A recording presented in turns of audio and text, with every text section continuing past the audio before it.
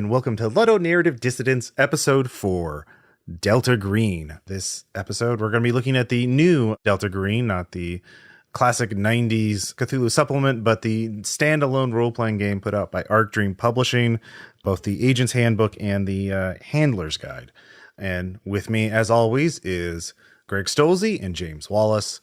And one disclaimer, Greg has written quite a bit for Delta Green in the past, and I am currently going to be a published writer for Delta Green, thanks to the most recent Kickstarter, Delta Green: The Conspiracy, which has a book coming out called Shotgun Scenarios, and some of my scenarios will be put in that. So in the interests of we are not unbiased reviewers in this case. Yeah, no one would do that much work for just, for any reason other than they were a fan of the game. Yeah, the Shotgun Scenarios are an annual scenario contest put out by the Delta Green email list, and I've participated in it since 2008, 9, something like that. I don't want to think about it. But long ago, in times of legend. Delta Green is a modern horror role-playing game where players are typically some sort of agent or member of Delta Green, which is a secret conspiracy dedicated to fighting the harmful effects of the Cthulhu mythos. I would almost correct you with suppressing more than fighting. Right, because this is a very purist take on the Cthulhu mythos, in that the premise is that Delta Green takes place in the universe based on Lovecraft's writing, extrapolated to the modern day, and so it is very cosmically nihilist. There have been hints of glimpses of the future in Delta Green, and it all ends badly for humanity. We are near the end times or in the end times, and Cthulhu will awake and doom humanity. The call is coming from inside the house. Right, the call of Cthulhu. And so the standard motif is that the best you can do is a holding action or delay things, but in the end it doesn't even matter, because you will eventually be wiped out. In gameplay, it's mostly used as a framing device, so your characters can have a reason to go poke at the weird thing in the haunted house or the wherever it is, and have guns and badges so you can do something about it. James, yeah. You're sort of the outsider in this context. I'm completely an outsider. Obviously I know Delta Green. I read the original in the 90s and really enjoyed it. But I should say from the start, I'm not a horror gamer. I don't enjoy horror role play. I certainly don't run it. I don't run it well, even though I've designed one or two. But it's not my favorite style of role play, and I'm not a Cthulhu fan either. I appreciate it, but in the same way that I also appreciate the universal monsters, and I regard them in very much the same kind of way. There's a slight hokiness to it now. They are known horrors rather than unknown horrors. And one of the things I respect about Delta Green, particularly this one, is its attempt to reclaim some of the horror that underlies the Lovecraft mythos and its individual creatures, and to make them unknown again by adding stuff or diverging in some cases.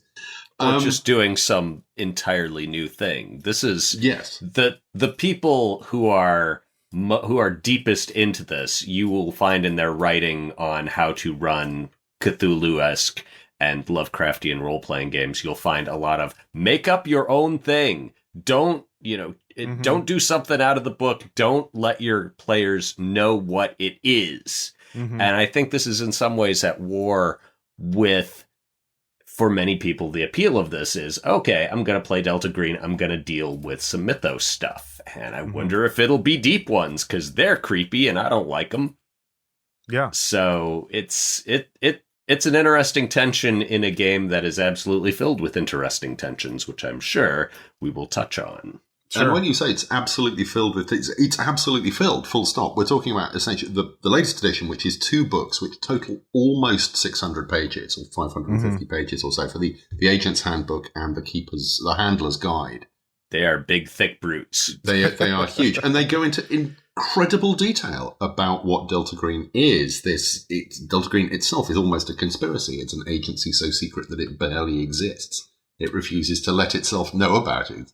I'd take that almost out of there. It's definitely a secret conspiracy, and there's a great deal of, within the setting, if you are an agent of this, you can expect to be lied to and deceived and have hand-waving and be constantly told, no, you're not permitted to know that. That is interdicted knowledge. You just know. Go, risk your life, save the people, hide the manifestation, and then pretend you never saw anything. And you don't get answers because answers kill you. Yes. Yes, answers are dangerous.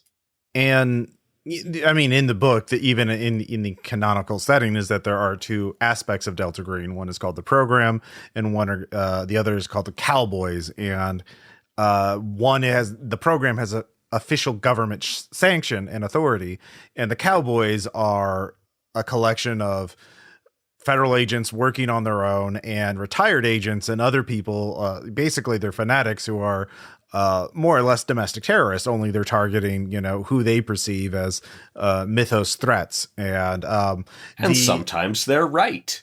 And sometimes they're right. Well, the thing is, some of the GM advice in the book is to let players think that they're working for one group and they're actually working for the other group. So they could be cowboys, but they're actually working.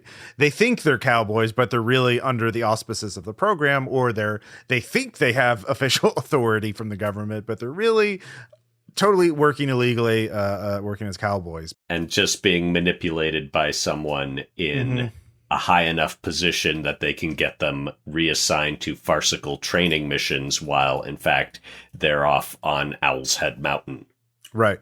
So we should probably get into the first question, what the game does.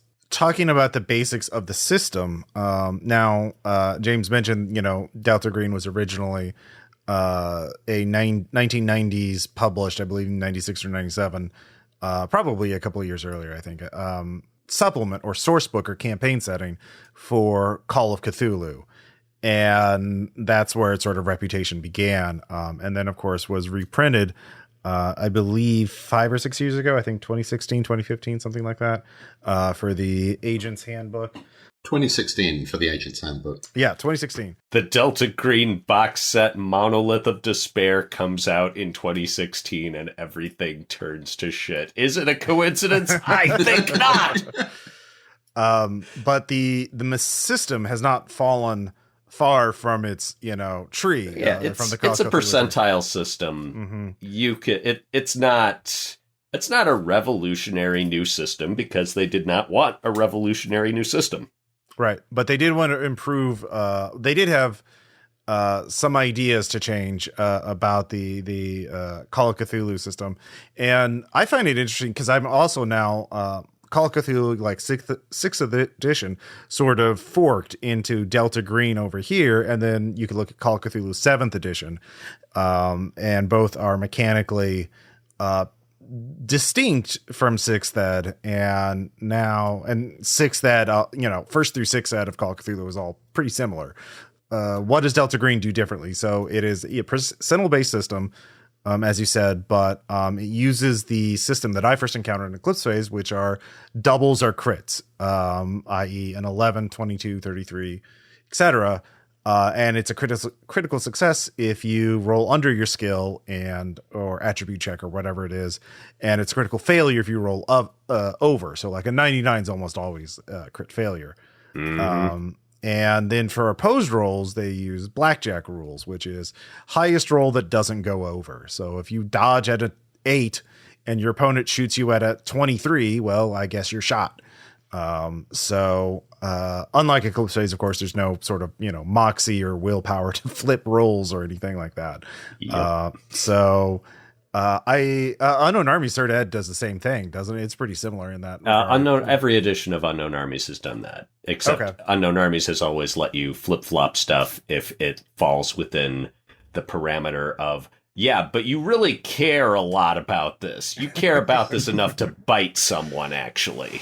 As a cosmic horror nihilist RPG, Delta Green does not give a shit how much you care about something. Yeah, it's you get what you get and don't like it. Sanity system though has some new perks. The most notably is that you have relationships, bonds, and as I like to call them, ablative sanity armor.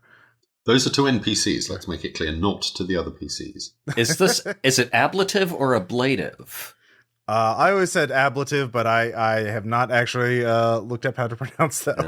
I was taught ablative, but in the terms of declining and declensions and nouns. I don't know if it's the same for armor. Yeah. Maybe it's just the Iowa pronunciation. Ablative. It's ablative armor for your feelings. That's a great way to summarize. Basically, you start with a number of bonds based on your profession. Like a paramedic, or a scientist would have like 3, but like a special forces operator would have like 1. And then their rating is based on your charisma. Higher means a closer relationship. And you want those high because you can make rolls against them to restore sanity in between adventures, and multiple other uses for it. But during an adventure, you can project sanity lost onto your bond, representing your disintegrating relationship due to distress and trauma of, your Delta Green agents, brush with the unnatural, whatever it was, or brush with that. I saw that severed head grow legs and walk around like a spider, and I can't tell my wife about it, and she thinks I'm having an affair. She'd shit if she knew what was really going on. That's basically it. Which is now the majority of Delta Green games I play in are one shots. I have to offer apologies to Roberta Gregory for stealing her. My spouse thinks I'm having an affair. He'd freak out if he knew what was really going on. Gag, which it's a great gag though. It is a great gag. My compliments to her. So when you're playing a one shot, you just come up with names and be like, well, Steve, too bad. I don't like you as much as a friend anymore because I don't want to lose my shit while I'm facing a dimensional shambler, or whatever. But it really picks up during campaign play, which we did on Role Playing Public Radio with a campaign called God's Teeth, which is actually being turned into a published campaign right now. Watching our characters' personal lives fall apart over the course of multiple investigation was, dark but a rewarding role-playing experience. Well, yeah, it's dark, but it's intense and it's fascinating. And okay, have we drifted into the how it does it phase? Because I have some insights into that. Yeah, I mean, what it does is law enforcement versus the mythos, and infusing cosmic horror into modern conspiracy think. And I think one way that it does it is you've got this kind of iron triangle going on, which is you have your physical well-being, your emotional well-being, and your social well-being.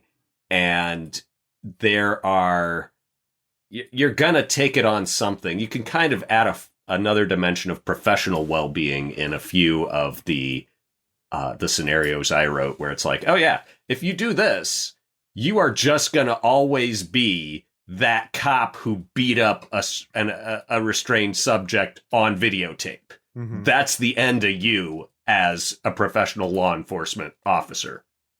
This is just the end of your career right here, unless you destroy that tape. And so it's like, okay, well, do you want to keep your sanity at the cost of becoming estranged from everyone you know? Or do you want to retain those social bonds that might heal your sanity at the cost of freaking out right the hell now when you are in the presence of something so exotically awful that it has destroyed your composure? And so these are the fascinating choices, and they are on one level emotional choices, because it's like, I don't want Agent Murphy's marriage to fail, but they're also tactical choices, because you're like, I don't know, he's reinforced that bond pretty good. I think it can take a hit for the team if that'll help me get out of this burning farmhouse without. Yeah. If I freak out, I'm just going to run. If I can keep it together, I can drag my fellow agent to safety and not face the consequences of him dying on my watch, which could be more sand loss down the line. So it's like, okay, do I pay for it now, or do I risk paying for it later? And this is a model that a lot of great horror fiction and horror movies use, the struggle to keep it together. Well, and the balancing act. Yes. Yeah. How much can you sacrifice while everything is falling apart around you? And I think Delta Green models it in a really interesting way, compared to classic Call of Cthulhu, which you've just got the sound mechanic. It's about how you are feeling. It's about your sanity. Delta Green is very much about your relationship to the rest of the world, to other characters, to non-player characters, but to other institutions and the rest of that. So there is this sense of, as stuff disintegrates around you, you have to try and keep those, a hold on what's important to you. And that particularly, I've not played it, I've only read it, but I could feel it. It's geared for campaign play in a really interesting way. Yeah. It is a machine for producing desperation. And you don't often see that in horror games. A lot of horror games, I feel, are much more tuned towards the one shot or the short campaign, which this does well. Yeah, it does. But it does lose a certain aspect of it. A lot of people, especially when trying to elevator pitch their friends, Delta Green, is to compare it to the X-Files. And back in the 90s, that was a more apt comparison now. But I feel like the best fiction model you have for Delta Green is actually True Detective Season 1. And, time is a flat circle, and it weird in occult investigation plus personal lives of the investigators falling apart. And it works really well under that model. So, the X-Files is almost specifically, it's not quite called out by name. It's included in the background as Phenomenon X, a TV series hugely successful in the 90s and then falling away in the early 2000s. At the time the X-Files was huge, I was working on the sister title to 14 Times, the Journal of Strange Phenomena, whose circulation grew to 80,000 copies an issue, purely on the back of the connection to the X-Files. And then the moment the X-Files went out of fashion, dropped right back down again. We forget what a phenomenon the X-Files was. It was completely huge, and it does shape a lot of the way that people think about not just conspiracies, but the interconnectedness of conspiracy theories as well. And I feel that, I'm going to go on a little rant here, Delta Green very much draws on that. I mean, it's a big Lovecraft thing, but Lovecraft didn't draw a lot of connections between the bits of his mythos. That was left for later authors. There's an awful lot of Delta Green that is very 90s. The mechanics feel old-fashioned. The structure of the mechanics, the way they portrayed things, it's old school. The logo, I don't think anyone else has been using Neville Brody's Industria typeface for the last 15 years. And yet it holds in there. I love Neville Brody. I think he was a genius. Have we got James going on to a typography rant? If you're listening at home, that's your drinking game cue. Yeah. There are certain fonts that date things very much, and Neville Brody's work is very, very much of the mid-90s. And, that was when Delta Green came out. And I don't think that's a bad thing, actually. How dare this 90s thing be a 90s thing? There's a mood in that kind of attitude towards horror and conspiracy and how the world was. I don't know exactly where I'm going with this, but it works. That sense of slight history that there is. It's not trying to be the very latest thing. It's the background of Delta Green. There's 100 pages of the history of the Delta Green organization in the Keeper's Guide. Most other role-playing games would not go to that kind of length, but all of this serves to give the world in which it's set a degree of pedigree and permanence that certainly I've not read a recent edition of Call of Cthulhu because, as I say, I'm not a horror gamer. But early editions tended to be kind of, oh, it's the 1920s, it's the 1930s. You've read The Great Gatsby, you know it. Go. So I do appreciate that, and I think it adds a great deal in terms of what it does and how it does it. Right. It adds a huge amount of the texture simply in the way it's presented, and the graphic presentation is absolutely second to none. I can't think of another role-playing game of this size in which all the art is by one artist. It's all Dennis Declercq, and my God, it tones it. There's a consistency there to the way the world feels that is remarkable. Yeah, not just the art, but the graphic design too. Oh yeah. Something I'll add. This was one of my points in how it does what it does is that it jumps hard on its research and realism. The realistic bits are extremely strive for intense realism. It's like, okay, no, if you're going to play a State Department security operative, here is what you can and can't do and what you're expected and expected to not do, and here's where you'll be in your purview and how much you'll be able to requisition. And this is, it's not just, federal law enforcement agent. No, there are all these different specific types, specific duties, specific, here are the particulars of your training. Here's why your astronaut character is going to be very different from your Marine door gunner character. And, okay, can I go off on a little tangent about the Two Faces of Junji Ito? Okay, yeah. Are you familiar with genius manga horror author Junji Ito? Yes. This is my whole guy. Yeah. Well, maybe you should give a brief summary for our listeners at home. He does terrifying and bizarre comics, a lot of body horror. Uzumaki is, for my money, his best work, closely followed by Tomi. But the Enigma at Amagahara Fault is a work of genius. And my analysis of his artwork is that most of the time, much of when he's telling stories about, when the stories are focusing on normal people, it's, the boy and his girlfriend arguing, or, the family stuff. It's done in this very pareidolia oriented, stylized, typical manga style where, and he's very good at that. He can draw 10 lines and, sketch in a face, and you're like, oh, I not only know exactly which character that is, I know their mood and that it's a pretty girl. And that's a lot of information to pack into 10 lines. And it works because the human brain has the fusiform gyrus completely devoted to finding faces. And that's why you see faces in the clouds, because you have a part of your brain that sometimes kicks out a false positive. And artists take advantage of this to make to humanize art pretty easily. But at the same time, if they don't get it right, you get the uncanny valley, because your brain is very picky about what it identifies as human, right?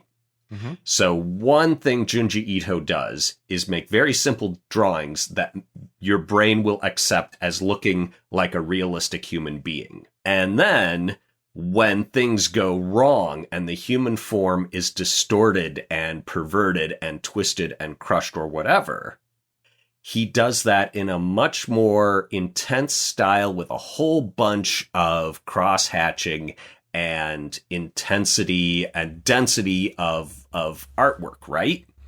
So after you've been lulled into this thing where you're like, okay, I'm reading this comic, I'm looking at these pictures, these are what people look like, you suddenly see something that is this violation of the human form that is more realistic than what you accepted as realism. And I think Delta Green's attention to realistic detail has kind of a similar effect. It's like, okay, yes, this sounds just like how I would expect a sheriff's office, a sheriff's deputy to act. These are my duties. This is the authority I have. This is the equipment I have. And then this very realistic procedural character is put in a situation where it is, okay, yeah, and now there is something that phases through walls and kills people, and you got to deal with that. And everything else except for the monster phasing through the walls is relentlessly, no, you got to keep the media out of it, and you still have to do the paperwork, and you have to fudge the paperwork so that nobody else comes to investigate, and you have to, cover up. If you wind up covering something up, you can't just hand wave it with a cinematic, I'll cover things up roll like you would if you were a suave Night's Black agent. You have to, it's like, okay, I guess I'm dragging this body out to the old flooded quarry and making sure that the body cavity is punctured so that it sinks correctly. And it makes the unbelievable and awful much more believable and awful because it is tied into a lot of realism, and much of that realism is focused towards being awful. So it's an unforgiving system, and I don't think it would work nearly as well with a Night's Black Agent style cinematic system. Oh, no. Where, everyone's larger than life and your heroes and you have plot armor. It's like, no, man, you blow one roll in Delta Green and suddenly you're in jail. And that's not even from dealing with the MyGo or whatever. It's because your boss figured out that you were stealing equipment and thinks that you're a member, that you're selling it to Stormfront or something. Yeah, the mechanics do reinforce the themes. The other mechanical system, aside from bonds, that I think that really emphasizes your point there, Greg, is actually one that you and I both had a sort of personal influence on its origin, and I don't remember all the details. But I do. Yeah, you want to hear this little anecdote? Well, I'll set it up. So, okay. There is a episode on Role Playing Public Radio Actual Play called U-Boat Horace, which was played at Gen Con and run by one of the Delta Green creators, Adam Scott Glancy. And it was super fun. We had a hell of a ride. Fun. It was a very long game. It was set in World War I as a German U-boat crew. And at one point, I'm a gunner, but like this U-boat has like a machine gun on top, and we're trying to scare the people on this boat. So Glancy just has me roll to shoot the water, essentially. And it's there's a lot of, and then shoot the people on the boat. So there was a lot of me, just 10 minutes of me just rolling attack rolls. So that's what I remember. I don't remember. Yes. Well, it was because you'd succeeded at some incredibly difficult roll to not get mind controlled. Mm-hmm. And then you're like, I'm just machine gunning these fuckers, and made another incredibly good roll to machine gun those fuckers. And I'm watching this. I'm like, man, Mythos creatures are going to have to start making sand rolls to confront his character. But the point was that it was, okay, roll for this guy that you hit on the rightmost and roll to see how many bullets hit him. Okay, now roll for each bullet to see how much damage it does. Okay, now go on to the next guy. Roll to see how many bullets hit him. Okay, roll for each bullet. And I'm like, man, this is not enthralling. Yeah. And so I'm like, I think this can be abstracted out just a little bit, because what you're dealing with both modern military weaponry and Mythos threats are things where it's just like, oh, yeah, if they are in any sense focused on you, you're just going to become mist. There's going to be nothing left of you. Mm-hmm. And so I gave them it got renamed lethality rating, which is apparently actually a technical term. And it's just like, okay, if you succeed at your lethality roll, it just kills the dude. He's just, you don't have to roll damage. He's just, you no longer a concern. And if you hit and still fail your lethality roll, okay, now it just does a bunch of damage, which he may survive, or, the fail damage may kill him, but he's certainly still gonna be killed, as you would expect from being hit with an anti-vehicular weapon or whatever. Yeah, and it's quite elegant because lethality is just a percent roll, and the weapon will have a lethality rating of like 10% or 30% or whatever. And if you fail the roll, if you succeed the roll, the target's just dead. But if you fail the roll, you just add those two numbers together. So you could roll like a lethality 10% and then roll a 12, so it's just 3 damage. Or you could, read lethality 10 and roll an 87, 15 damage when characters have on average 10 hit points. The odds of surviving a lethality hit are very low. Unless you're a mythos creature, of course, which is the point, which is that, there's one set of rules for us poor mere humans and another set entirely for beings that have 80% of their body mass folded away in some 11th dimensional space. So I quite like lethality. It's a very elegant way of dealing with the buckets of dice that auto weapons and explosives do. Did in 6th edition. So, in 6th edition. Was it 6th or was it even 5th? 5th and 6th. They were pretty close to each other. Like I had 5th and 6th edition. There was I basically bought 6th edition because my 5th ed book was falling apart. And I couldn't, aside from like more stuff in it, it was, the mechanics seemed to be had, all the Paul Carrick black and white art, right? It was the blue cover with Cthulhu on it. Yeah. I liked Carrick's stuff. It was really nice. There's also a lot of streamlining of other mechanics for like, instead of like buying things and having a income or a revenue, you just make bureaucracy skill checks or some kind of skill check to acquire things. But it's, I'm just gonna grift. I'm just gonna use my government connections to grift an airline flight there. And it's like, yep, sure. Why would you not be able to do that? Also, Cthulhu Mythos, the skill has been replaced with unnatural, which is far more elegant because you can do non-Cthulhu Mythos adventures in the new Delta Green and they still fit because you don't know what the hell's going on regardless. A lot of the games that I've run on RPPR and that Caleb Stokes has run have all involved new and weird things that are not based on any of Lovecraft's or writing. And so those, I think, James, are there any other mechanics that you caught your eye when you were reading it?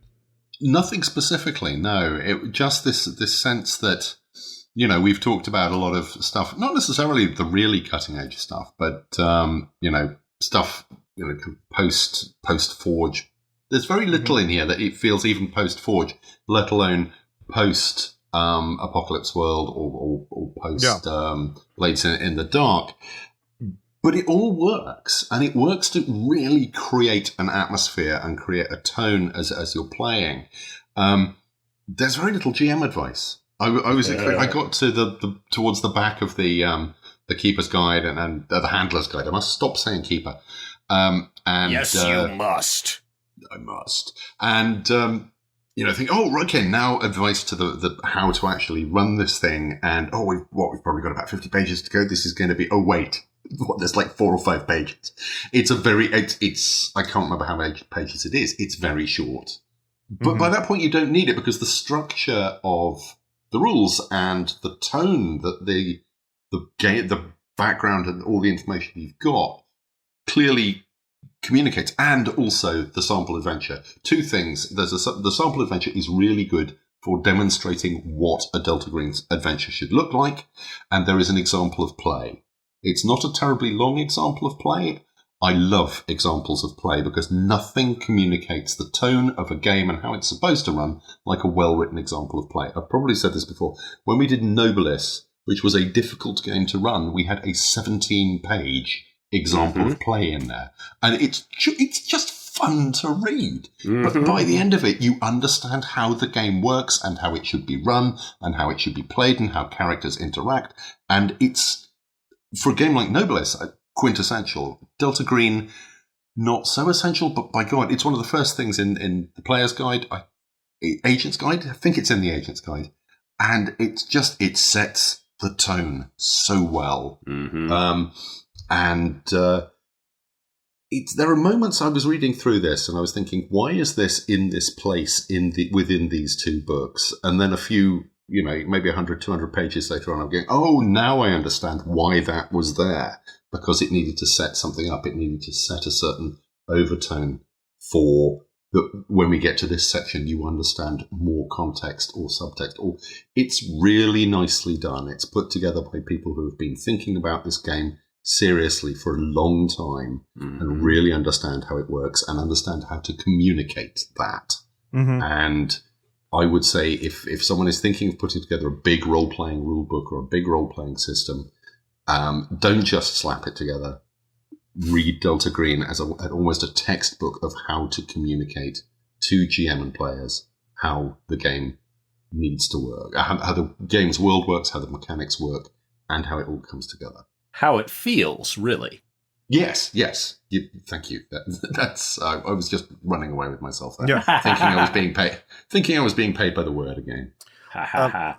Yeah, honestly, Delta Green I feel is like a really good role-playing game to start people who are new to role-playing games because it's so crushingly depressing. It is. Well, you don't like the starting. The thing is, at the big picture, yes, but in the individual, like you're in the game, you're somebody checking out, trying to solve a murder, or figuring out what's going on in this haunted house, or something. There's a mission to do, and you're a person, and you have a gun and a badge, but you know that you can't use your badge for everything. And it's people know police procedurals very well, and and people know horror tropes fairly well. What Delta Green does is take horror tropes and makes them new again because you don't know what to expect, and throws that into the procedural, and it's something pretty much anyone can grasp, whereas something even like D&D, Dungeons and Dragons, there's so much abstraction of like spells per day. And so what is magic in D&D anyway? Yeah, exactly. What can it not do? What can it do? What's a hit point? Like in Delta Green, if you get shot, it's really bad. Your character cannot take that much damage. You can look at what your gun does and how many hit points you have and just figure that out yourself. And what a person in the real world can do. You know how cell phones work. You know how cars work. And you know how investigations are supposed to go in at least in theory. So let me throw in my fourth point under how it does it, which is Delta Green has a complex kind of love-hate relationship with the government and with government law enforcement. And there are people who play it as, okay, I'm just going to be this gun-toting thug who kicks in the door and guns down and extrajudicially murders the cultists in order to keep the summoning from happening.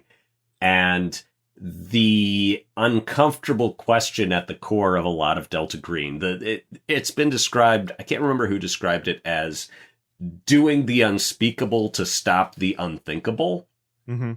And there is this sense that you can get into with Delta Green, this seductive feeling that, okay, because the stakes are so high, because I am fighting something that could potentially overwhelm everything I love as humanity, anything I do is justified. Everything's on the table. Any atrocity I commit is counterbalanced by saving the world.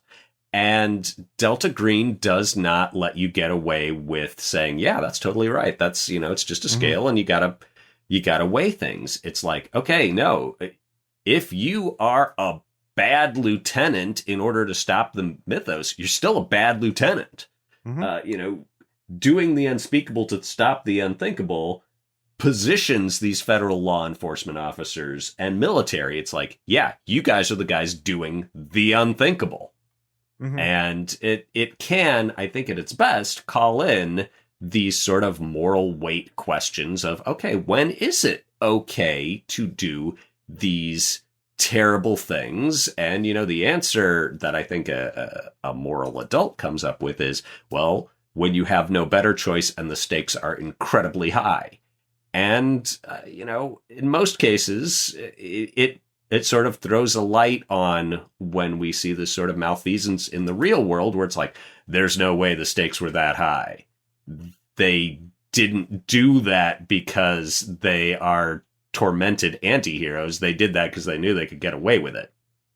Right. And there are the Delta Green writers, are not blind lovers of authority and the government, which certainly comes through in the stuff you read about Majestic, where it's like, okay, what would the government do in order to get an advantage in the Cold War? And the answer is anything.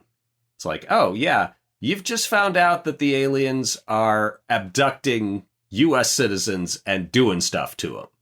And the U.S. government's like, but we'll still get our advantage in the Cold War, right? Well, yeah. Well, maybe they just don't understand that they shouldn't be doing that. But, we can't upset this apple cart. Mm-hmm. And so it is not a game about blindly trusting the government, but some people play it as a game about blindly trusting the government. That's certainly true. There has been a tension between the Delta Green authors. What death of the author? What is that? You will not get death of the author without a fight from these guys. On the big picture, Delta Green, as I said, is a nihilist RPG. And if you look at it as a metaphor for the war on drugs or the war on terror, it's like, it doesn't matter. Yeah, those are bad people. Those drug dealers, those terrorists, they're bad. Those mythos sorcerers sacrificing people, they're bad. You can take them all down. You can break the laws. You can kill a bunch of innocent people to do it. Whatever it takes to get the job done. Did it matter? I don't know. You can't tell. And even in the immediate and in the big picture, there's more things showing up. It's almost like it's a systemic structural problem that can't be solved by individual heroics. Almost as if. Yeah. And by the way, the things you're doing to take out these bad guys are definitely making things worse. You're enabling government corruption. And guess what? The government's doing the same thing that the terrorists and the cartels are doing.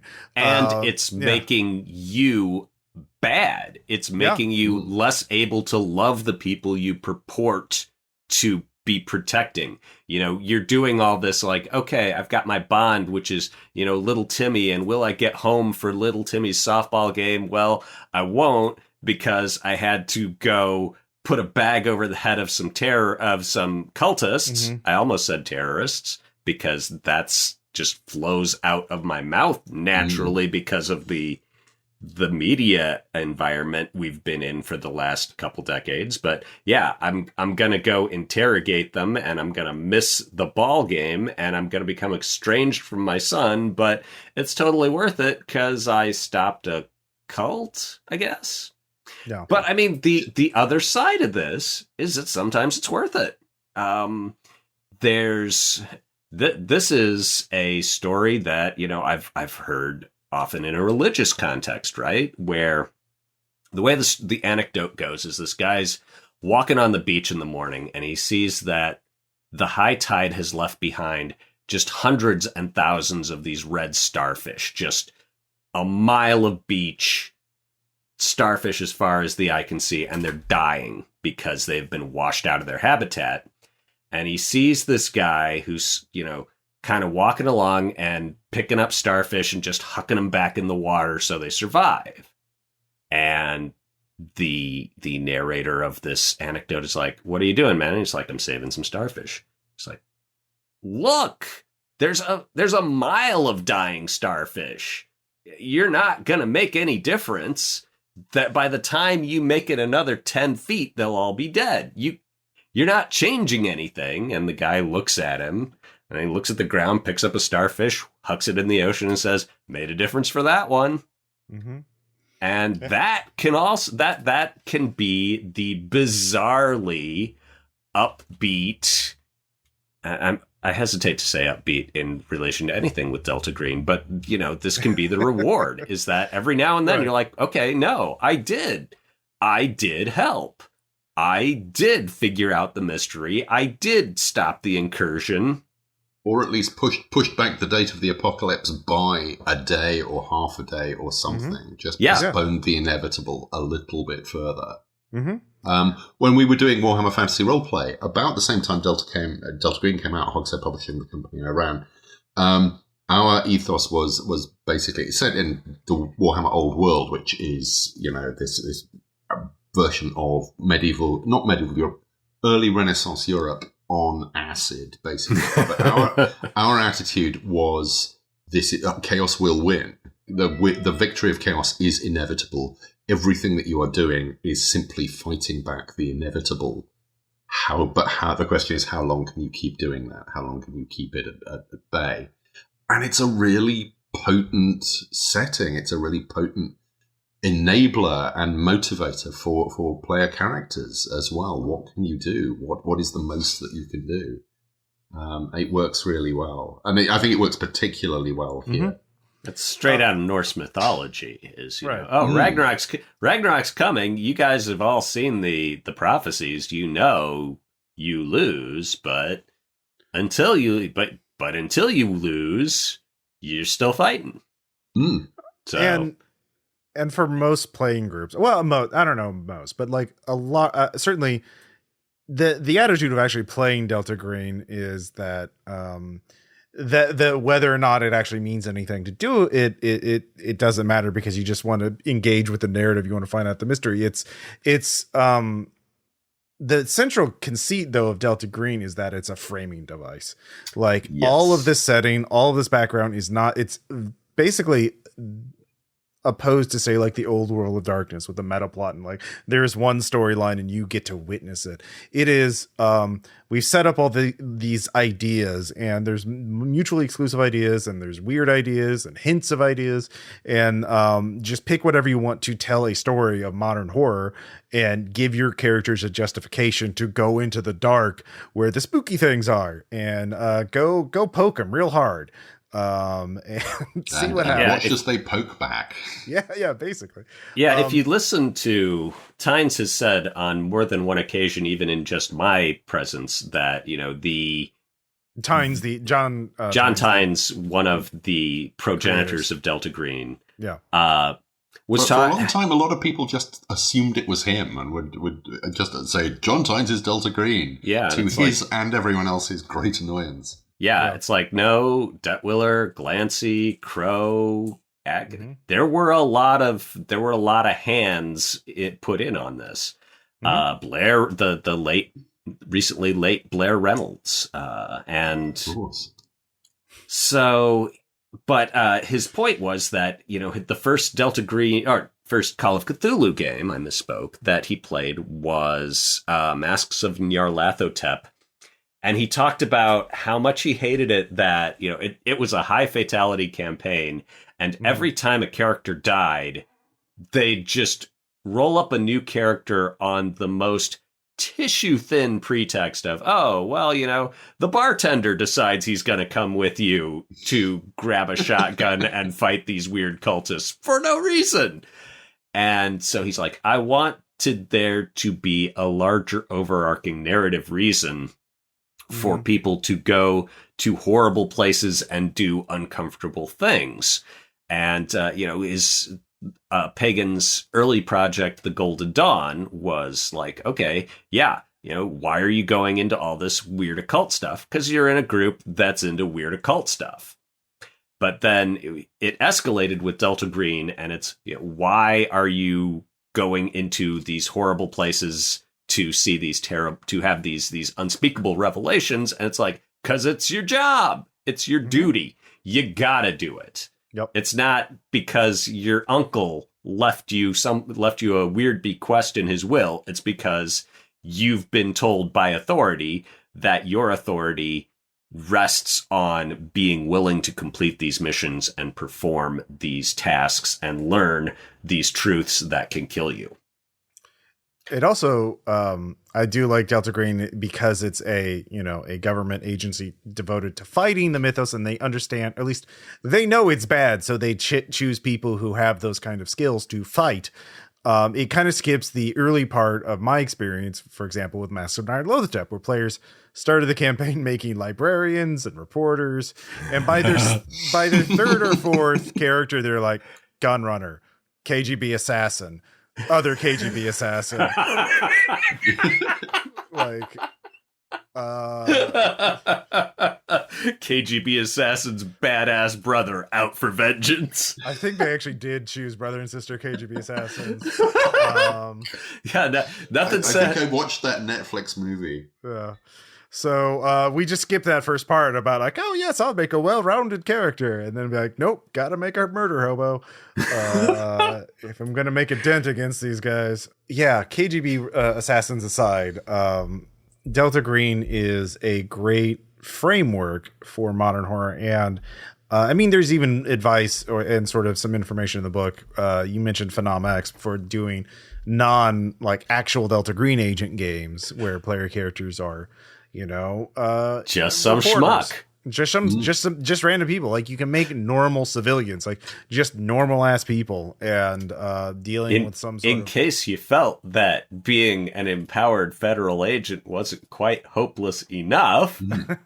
yeah, somebody without a badge and a gun. Yeah. Why don't you go get your beating after a pre-beating? Mm-hmm. I wrote one of the shotgun scenarios I wrote was called Burner, where players are like people working at a cell phone store where a Delta Green agent comes in to buy burner phones. And, things happen. Just fills up a sack. Mm-hmm. I mean, basically, that is actually how the scenario starts. Can you activate these 20 phones and program each other number in them, and I'll give you $500? No questions asked. Like, okay. You're cool, right, man? Yeah. You seem cool. So how people play...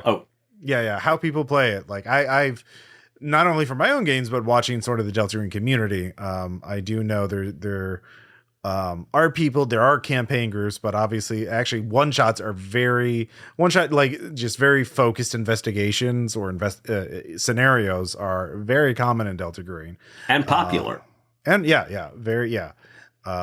Because you can try it as a GM. It's easy. You have an interesting idea and you want to try it out. So round up a couple people and you can play for a single night.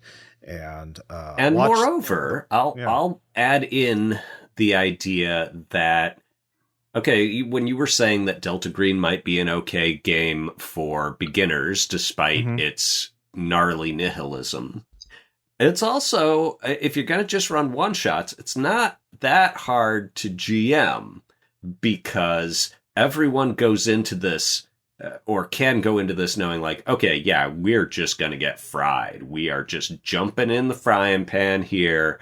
Our characters are destined to have a rendezvous with terror, because that's what the game is. And in a way, that removes some strain from the GM, because it's like, all I have to do is screw these people who came here to get screwed. and if I can give them a good scare and a hopeless situation and a no-win dilemma, then that's great. And in a lot of games, when the players get into a hopeless no-win dilemma, they're unhappy. But in Delta Green, it's like, do you know what this game is? No-win dilemma is kind of the whole point and the whole thing. Because most role-playing games, implicitly or explicitly, are power fantasies, and they're still, they're based around the Gygax Arneson paradigm and structure, and they're about succeeding and getting better. The hero. Exactly. You are the good guy, or not necessarily the good guys, but you are the protagonists. And there's a feeling in Delta Green that quite often there's something much bigger than you going on, and probably more interesting, and you're just having to cope. You've got to cope. What would it feel like to be? What would it feel like to be a snail at the Battle of the Somme? That's Delta Green. You're that snail.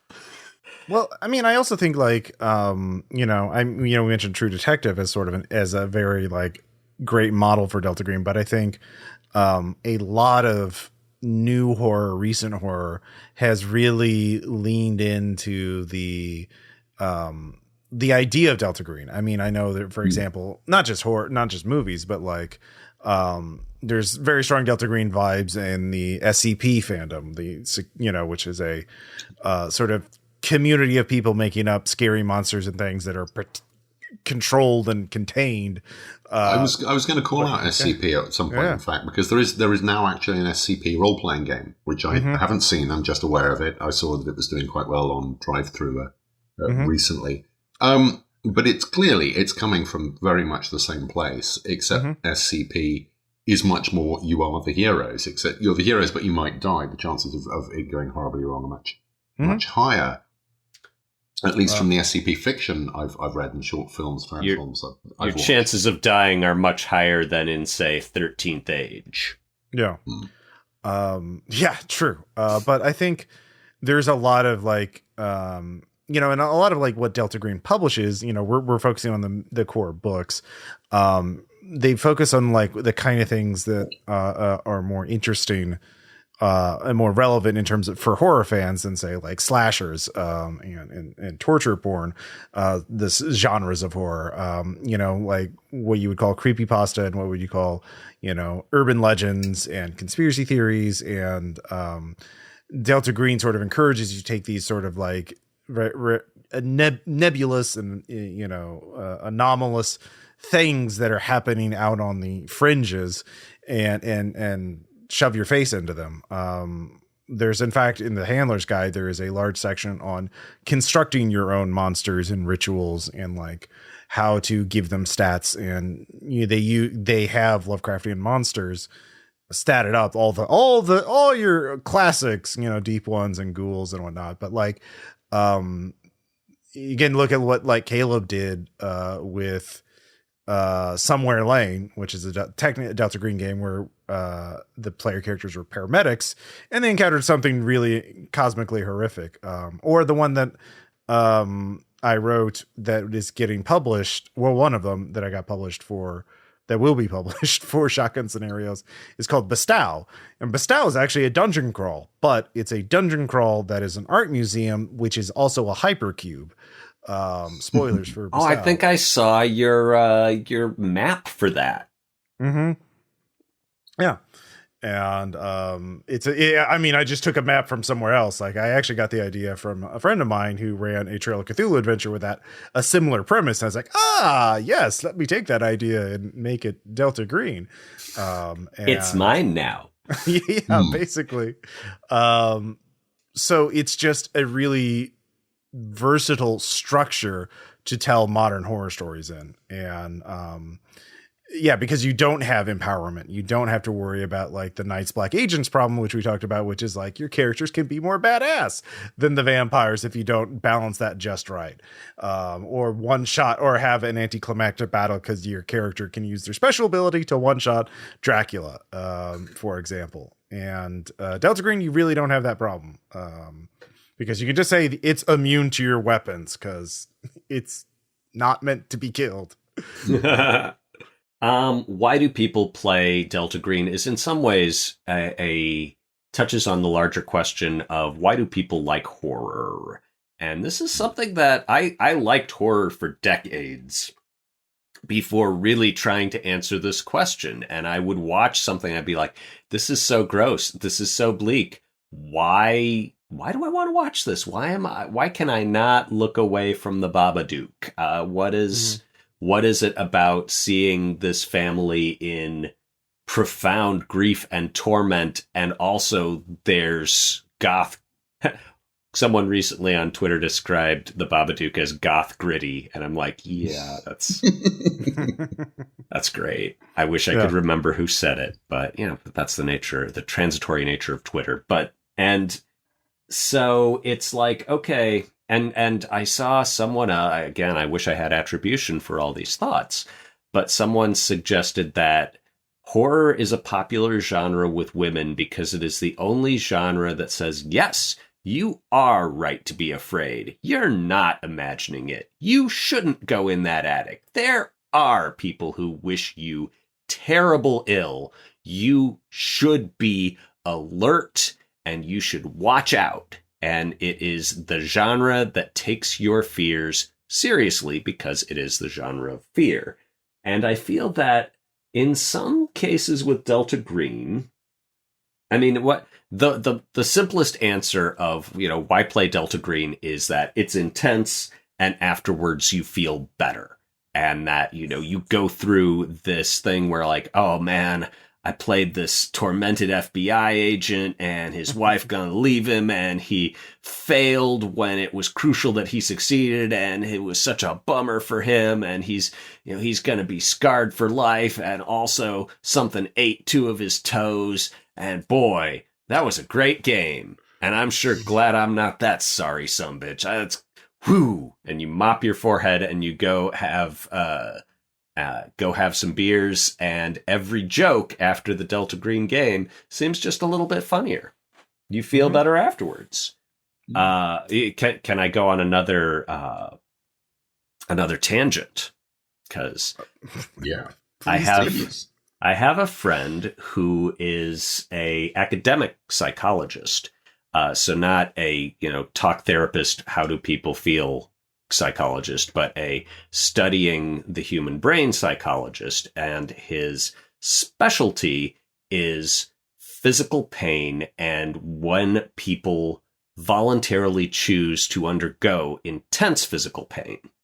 So he's done a bunch of research and experiments with BDSM, and he actually underwent a suspension ritual, which, and not specifically a Sundance, but like Sundance Descended, where they put hooks through your flesh and raise you by them. And so your weight is suspended. Hence the name. I got the Sundance ritual into a Sonic the Hedgehog novel once, an official Sonic the Hedgehog novel. So it's a long story that I'll save for another time. Yeah, Sonic gets a hole drilled through his spikes, which of course are solid, and is then suspended through the hooks through the holes, and he's suspended from the ceiling. And if you know the Sundance ritual, I have people come up and go, "Is that the Sundance?" Yes, that was what that was meant to be.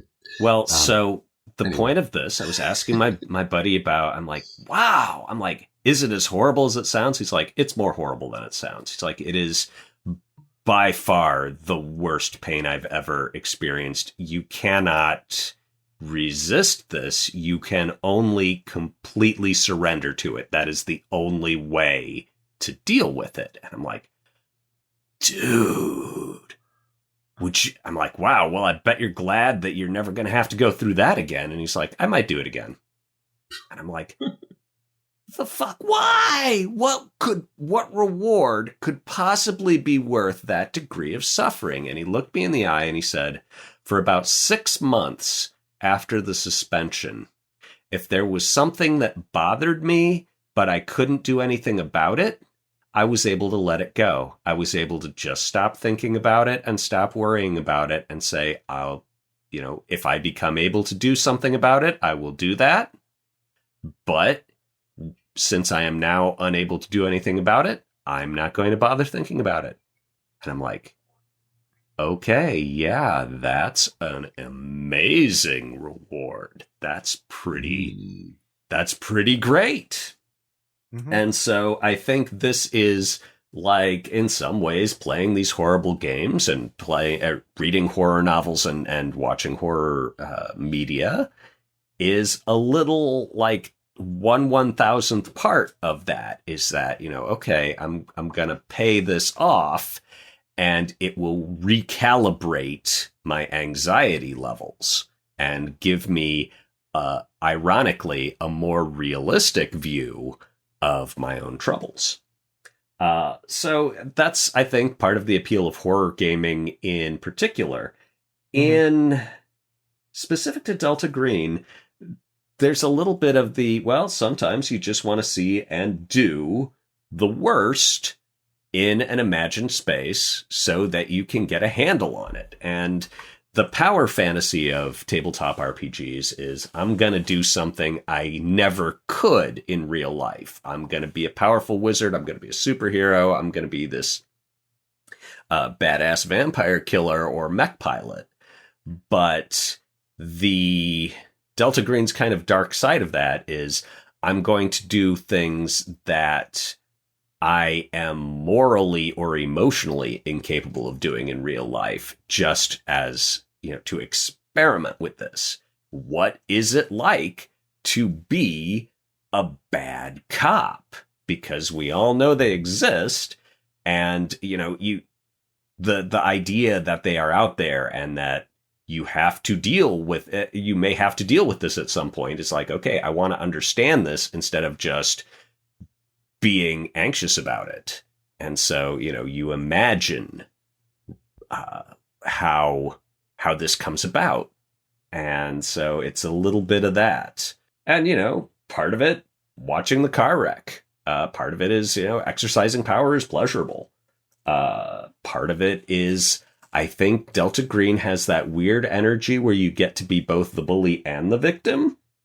You're the bully because, I've got a gun and a badge, and any human being who messes with me, I will be able to mess back in a very big, uncomfortable way. But at the same time, it's like, but behind my human antagonists are these horrible, impersonal forces against which bullets and authority and mere human authority are pointless. It's like, King Canute telling the waves to stop. I can't read Cthulhu his Miranda rights and bring him in for questioning. But you can rage against the dying of the light. You can rage against the dying of the light and, choose some scenery while you're doing it.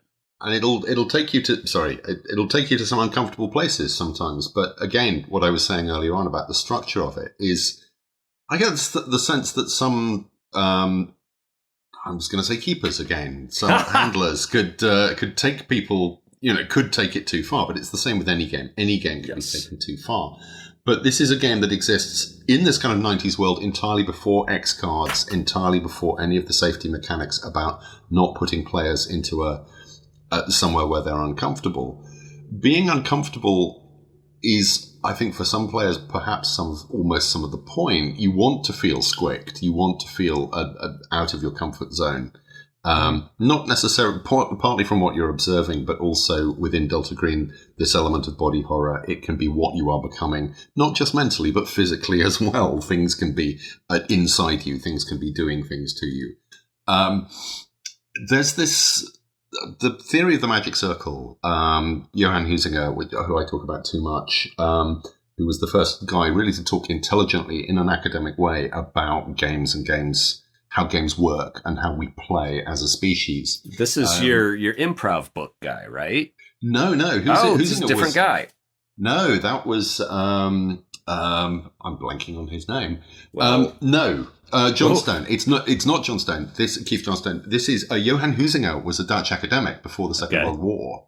He wrote Homo Ludens, which is the first book talking about it. And one of the things he comes up with, which is the theory that's way overused, particularly in computer game design, is the theory of the magic circle, which is, he doesn't actually go into it in huge depth, but basically he was a ritualist. He wrote an awful lot about rituals and sacred spaces and stuff like that. And part of his hypothesis is that gaming and play is almost a consensus ritual space, although we never say that explicitly. When you sit down to play a game, you are forming this space in which what happens within this circle is a safe thing, because it's not real, it is removed from the real world, and you can do things within that space that you would not do in a real face-to-face environment. You can lie to your friends, you can attempt to cheat them, you can attempt to better them, you can crush their forces, and within the context of a role-playing game, you can do much more than that.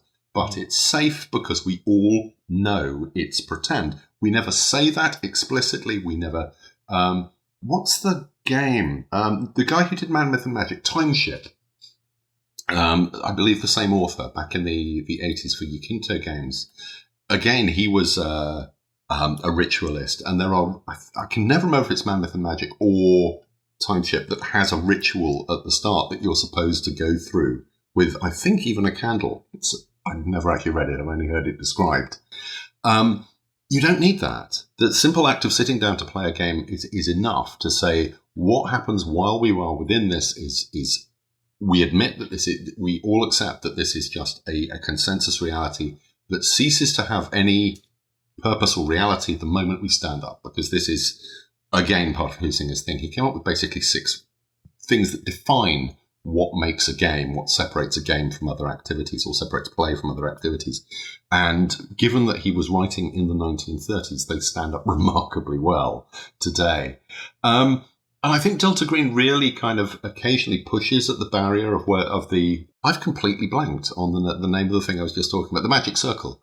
It occasionally pushes at the barriers of it, but it doesn't transcend. There are games that transcend it completely. There are games that smash them out. Diplomacy breaks the magic circle. I've seen friendships disintegrate over games of diplomacy, and I've never read an academic convincingly explain why it is able to do that. And there's another one. There's a thing called Star Power, which is an academic game that came out in the late 1960s, which is, when I say it's academic, it's used in teaching. What it means is that it's $350 a set. And it's a game where you draw chits randomly from a bag, and you trade them, and there's basically you develop 3 social strata. There's, I think, the circles, the squares, and the triangles, or possibly the stars. And I think it's the circles at the top. Whichever group finishes at the top each round gets to change one of the rules. And so what happens is the circles work extremely hard to maintain their position as circles. No, it's the stars, obviously, because the game's called Star Powers. Stars work to maintain their position. Squares work to desperately try and get themselves up to star level. And the people at the bottom, who I think are the triangles, get either very despondent or get angry. And I have heard a report, I've never heard this actually backed up by anyone, but I was told this by an academic, of a case in which a professor playing this game within an academic setting as a teaching learning exercise got so frustrated as a triangle that he stabbed one of the other players. Wow. Not the people running the game, stabbed another player. Like I say, never heard that actually backed up, but from that just sounds like you can understand how the game is rigged. This is the spoiler. The game is actually rigged to create this situation, and it's capitalism. That's what it is. It's mimicking capitalism and the social order, and explaining why revolutions happen. So the magic circle can be broken, and it can be broken deliberately. Delta Green feels at times, and I think this is why it works so well, and it does work. I've only read it, but I've talked to people who have played it. I've seen people, and I've witnessed the fan community in action. People are passionate about it and its world, and they really buy into it. Because it feels as if, as in so many things in the Delta Green universe, it feels like the boundaries are malleable and softening, and there are ways through to the worlds. It feels like the magic circle is not as impermeable as it is perhaps in D&D and other games. It feels like you might be going to go somewhere dangerous, by which I don't mean you're going to let something into the universe, but you might do something that, that you will personally feel painful, that will touch you in a bad way, mentally, in a bad way. It doesn't, but it gives the sense that is possible. And I think that, for me, is its true genius, is why it's so clever and so good, and has survived 25 years.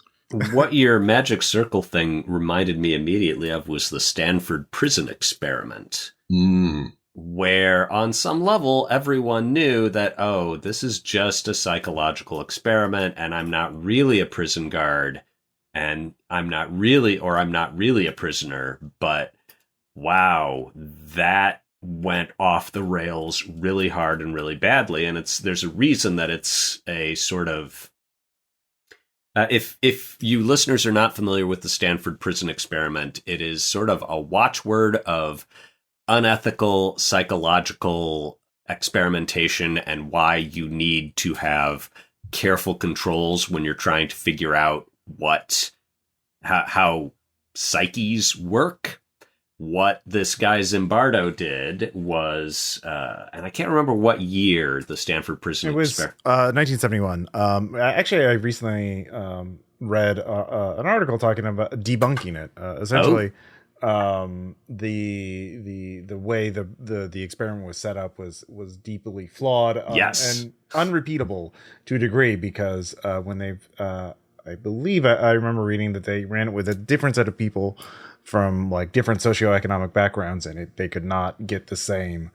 Well, yes. I mean, Zimbardo's assumption was that white male college students were the most mentally typical human beings in their relationship to power and authority. And so he got a bunch of white male college students and had half of them be the guards and half of them be the prisoners. And the guards became very sadistic and the prisoners became very freaked out. And there is video of prisoners just losing it. And I believe the experiment was canceled partway through because it was too hard on the prisoners. And it was just, this wasn't even real prison. This was just them being put in the role of extreme helplessness at the hands of someone who had authority without any kind of restraint. And so that's where you can take baby steps towards in Delta Green, is you can be the authority who doesn't have any moral restraint because you know that, because you can tell yourself any evil I do is counterbalanced by the good of saving mankind from the other, the externalized horror force. And so you can sort of experiment and explore this very, very dark space that I think is nonetheless common to a lot of human experience. You know, speaking as a person who plays a lot of Delta Green, I think part of it as a player, the draw is the mystery of whatever scenarios being. I always want to know what is the thing, what's behind the door, what is it a mathematical formula that, you know, alters reality? Is it that was a nasty one. Yeah, it was a nasty one. What's up in space, Greg? It's hard to explain, and the more you think about it and look at it, the more real it becomes. The worse it gets. Yeah. So just do your job, okay? Yep. But I do want to say, Delta Green's it has been one of the spookiest, creepiest, most unnerving role-playing games I've played, but also it's been one of the funniest I've had. Yeah, I mean, not every session has to be this horrendous psychotrauma trawl through the abyssal depths of the human spirit. Yeah, sometimes it's just like, let's go find out what's wrong. Oh my God, it's really wrong. Well, for me, it's often the same scenario will have that element, the psychotrauma, and then have there will be sort of like first the sort of the very procedural, like what is going on, where is the thing, and how do we stop it, and then as we process that and go to irregular measures to solve the case. Do we torture somebody? Do we break in? Do we frame somebody for a crime? And then then. Especially in a campaign, that's when sort of like the log standing issues would start coming up. But then at the end, when we actually start rubbing our face in the thing, the unnatural thing, that's when it gets into gets very comical very quick, because it's like you're fine, and then 10 minutes in, the whole group encounters the thing, and like half of them are dead, one's insane, and the other one is running for the hills. Like, it gets like, once we make contact with the unnatural thing, everyone's survival rate goes way down very fast, and that's often very funny, because it's like, I'm going to shoot Bob in the leg so I can run away, because it's going to eat Bob first, or like, I was running a Delta Green game. I forgot the name of it, but it's on Role Playing Public Radio, and Caleb and Burke were playing in it, and it's the funniest. Caleb says it's the funniest single moment he's had in a role playing game, because they found out, okay, it's a group of bikers who are bad and we need to go deal with them. Okay, let's raid the Green Box, which is a storage facility Delta Green sets up with illegal goodies. There's a flamethrower. Sure, why not? All right, we'll get in the van. I'll be a door gunner, but for a flamethrower, and you drive, and I'll flamethrow these bikers. And it wound up to being like a crit fail, the flamethrower, oh, it's leaking flame everywhere, to crit success on the biker shooting at them. I'm like, all right, yeah, both of you roll lethality. The flamethrower tank it explodes in the van, and they just detonated. They killed all the bikers, and then they blew up. Like, it was... and that's the end. And it's called Delta Green. Yeah, and it was everybody had a great time, but what was the I don't know if you guys recorded it, but were you in the game that I dropped? It wasn't Delta Green, it was Realm of Shadows. Mesoamerica. Secrets of Mesoamerica, yes, with the I'm still really proud of the bullshit I came up with for a critically failed lore roll where I'm like, oh, obviously, this is vampires. And everything that they had observed, I was able to tie it to vampire mythology and convince them that what they were dealing with were, your standard Nosferatus. And so they go into the cave armed with garlic and stakes. Yeah, that was well sacrificed, and that is up on our PPR. Yeah, that was... Yeah. That was also noted because Aaron played in that game, regular cast member of RPPR, and he died twice with two separate characters in the game, which was pretty rare even for him. I might have to listen to that again. So and it's difficult from the outside to understand how the horror and the humor are really part of the same thing.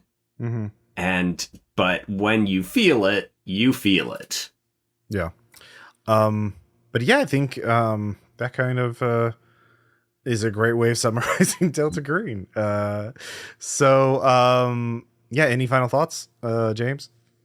I'm probably not going to play it. I can appreciate it as a system, as a piece of work.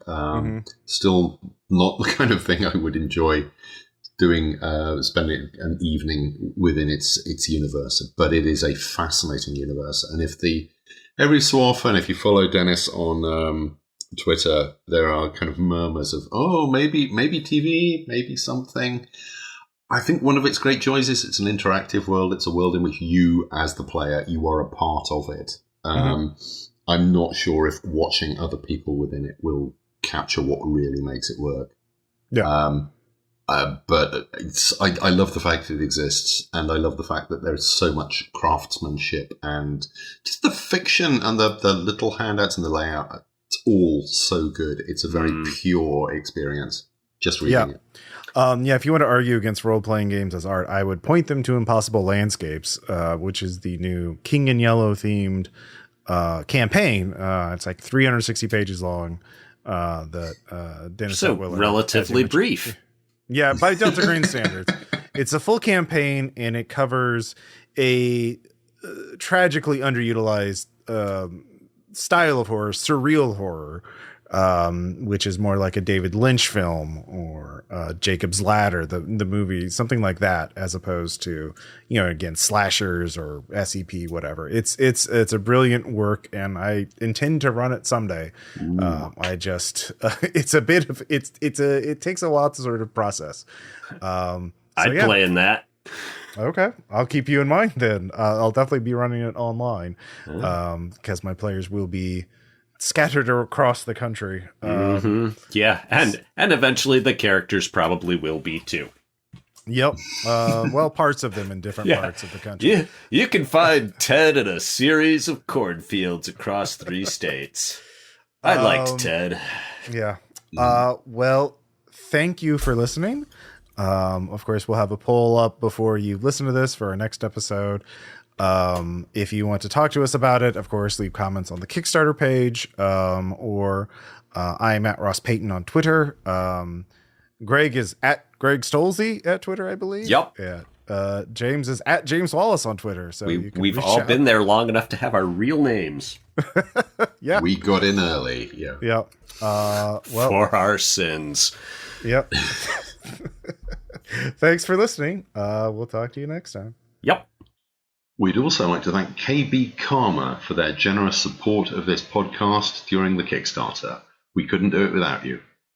Special thanks to Noah Carden, who is a friend of mine. And thank you so much for your support making this podcast possible. Thank you. I'm sure I speak for all of us when I give a special thanks to backer Eric Saltwell. Thanks, Eric.